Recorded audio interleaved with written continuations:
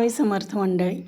तर आज आपण नवीन पद्धतीने ही भाजी बघणार आहोत. त्यासाठी मी काय केलं आहे, गॅसवर कढई मांडून घेतली आहे आणि त्यामध्ये तेल घातले. तेल आपल्याला फोडणीला हवं आहे तेवढं घालून घ्यायचं आहे. आणि त्याच्यामध्ये मी काय केलं, पहिल्यांदा मोहरी घातली. मोहरी घातल्याच्यानंतर जिरं घातलं. जिरी मोहरी छान तडतडल्याच्या नंतर त्यामध्ये काय करायचं, ठेचलेला लसूण घालायचा आहे. हा खलबत्त्यात ठेचून घेतलेला लसूण आहे मी.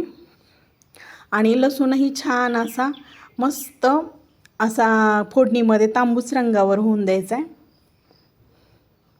नंतर त्याच्यामध्ये काय करायचं, कढीपत्ता घालायचा आहे. कढीपत्ता लसूण छान असं तेलामध्ये परतून घ्यायचं आहे. आणि नंतर त्याच्यामध्ये काय करायचं आहे, बारीक चिरून घेतलेला कांदा घालायचा आहे. मी इथे एक मोठा कांदा काय केलं होतं, बारीक असं चिरून घेतला होता, तो घालायचा आहे. आणि तो बी त्या फोडणीमध्ये छान असा परतून घ्यायचा आहे. आणि कांदा परतत असतानाच मी इथे ह्याच्यामध्ये थोडासा हिंग घातलेला आहे. हिंगामुळे काय होतं, आपल्या भाजीला खूप छान अशी टेस्ट येते. तर आता हिंग ही छान फोडणीमध्ये परतून घ्यायचं आहे. आता इथं कांदा छान परतला गेलेला आहे. आता याच्यामध्ये मी काय केलं होतं, 5-6 हिरव्या मिरच्या मीठ घालून खलबत्त्यामध्ये कुटून घेतलेल्या होत्या, त्या पण घालायच्या. चांगल्या ठेचलेली हिरवी मिरची मी इथं घातलेली आहे. आणि हां, लक्षात ठेवा की मिरची कुटतानाच मी ह्याच्यामध्ये मीठ घातलेलं होतं. आता इथं कांदा छान परतून झाला आहे आणि त्यामध्ये मिरचीही छान आपली परतून झालेली. आता मी इथं काय केले, हिरवीगार अशी मस्त निवडून घेतलेली अशी मेथीची भाजी घातलेली. इथं एक मोठी पेंडी मी काय केलेली होती, मेथीची भाजी अशी निवडून ठेवून स्वच्छ धुवून घेतलेली होती.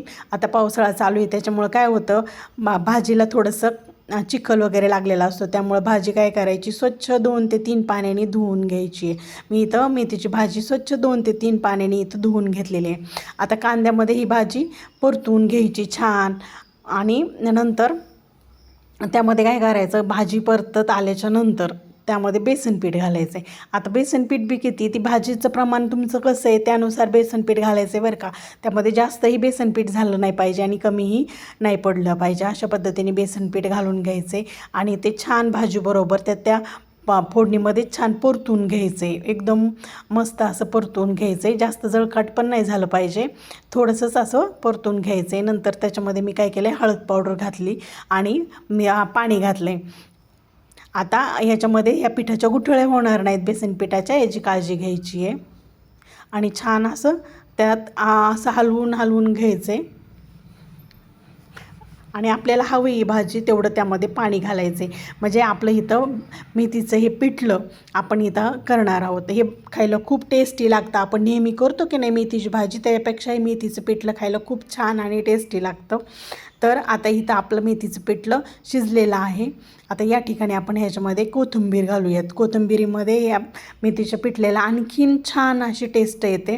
आता नंतर मी इथं काय केलं आहे, शेंगदाणे घातलेले आहेत. हे शेंगदाणे तुम्ही पहिल्यांदा पाणी ओतायच्या अगोदरही घालू शकता, पण मी आता इथं शेवटी घातलेले आहेत. कारण ना हे दाताखाली आले ना, अशा पद्धतीने खूप छान लागतात खाताना, म्हणून मी इथं शेवटी घातलेले आहेत शेंगदाणे. तर आपलं आता इथं मेथीचं पिठलं तयार झालेलं आहे. आता आपण सर्व करूया.